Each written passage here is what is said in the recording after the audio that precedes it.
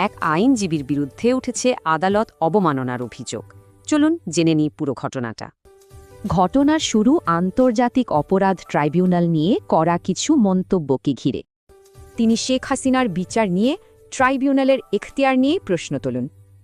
কিন্তু ঠিক কী এমন বলেছিলেন তিনি, যার জন্য এই পরিস্থিতি?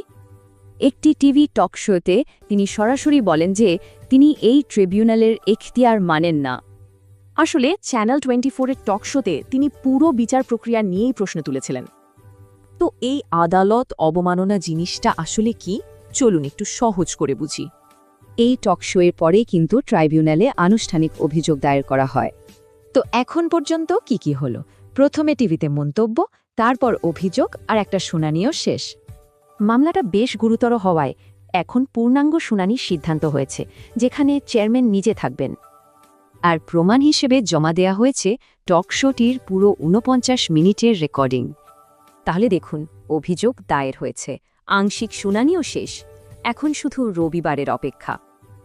এখন সবার চোখ ট্রাইব্যুনালের চেয়ারম্যানের সামনে হতে চলা এই পূর্ণাঙ্গ শুনানির দিকে।